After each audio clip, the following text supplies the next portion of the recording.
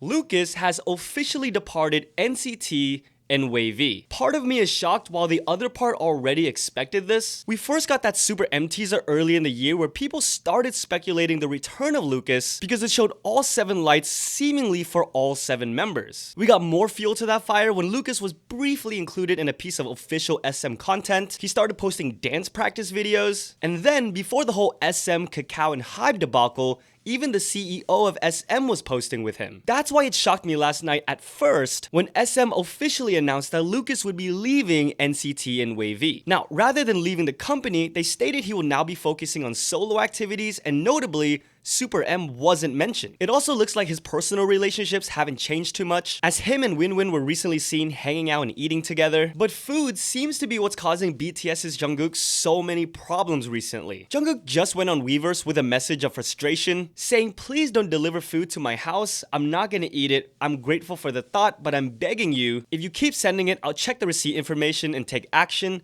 So stop it." It was only a month ago when Jungkook already had to warn these people to stop hanging around his gym and tracking his location during live streams. SASAENGS continue to be a problem. Did you guys see the preview for 17's appearance on Superman Returns? A SASAENG was caught on camera hiding behind this structure while the guys were filming with kids. It's even scarier knowing they attempted this, knowing how many cameras were behind the guys pointed in their direction. No shame, no fear. But while Jungkook prepares to take action against these anonymous stalkers, an anonymous individual is now filing charges against IU. The police apparently received a charge report claiming IU plagiarized 6 songs, including Good Day, BB, and Celebrity. Side note, one of my top songs in the last 5 years, maybe even more. One of the songs, The Red Shoes, actually faced similar accusations when it came out. This person has now taken it upon themselves to file these claims on behalf of the other artists by finding a certain rule or loophole allowing them to do so. Of course, the reason we're talking about this is because IU's company came out saying they haven't actually received anything from the authorities yet, so they're still trying to figure out the exact information that is being presented, but also threaten legal action themselves for those who try to defame their artists, as this is affecting IU personally and those around her. Luckily, we also have a bunch of positive things to celebrate in K-pop right now as well, like another win for the Luna girls, or maybe now ex-Luna girls, HYUNJIN and VIVI, who have reportedly won their lawsuits to terminate their contracts with BLOCKBERRY Creative. If this is the case, the two can now leave the label just like CHUU, Kim Lip, Heejin, Cherry,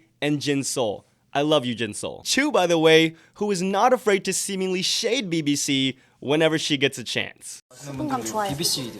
BBC는 이름이 뭔가 마음에 들어요. 마음에 안 들어요. 네. Omega X is also now officially free. They won their lawsuit in January, which suspended their contracts, which is how they were able to show up on the award show on their own with their own produced song. And now all the ties have been cut as Omega X and SPIRE Entertainment mutually agreed to completely terminate their contracts. I think the coolest part of their announcement message is them saying they will still be working with their manager, who shared their sorrow and joys throughout their career even before they debuted. I'm glad to know that during that whole nightmare, there were people there who were trying to protect them. But now we go from one company who's publicly despised to one who has gained so much respect. Because of course, we previously talked about Seungyu creating a company that will now have all the rights related to Infinite as they prepare for their 13th anniversary reunion. Well, it turns out the reason they were able to get all those rights is because the CEO of WOOLIM, who have artists like Rocket Punch, Golden Child, and Eunbi, I love you Eunbi. Anyway, Infinite was their very first group, and the CEO appreciates them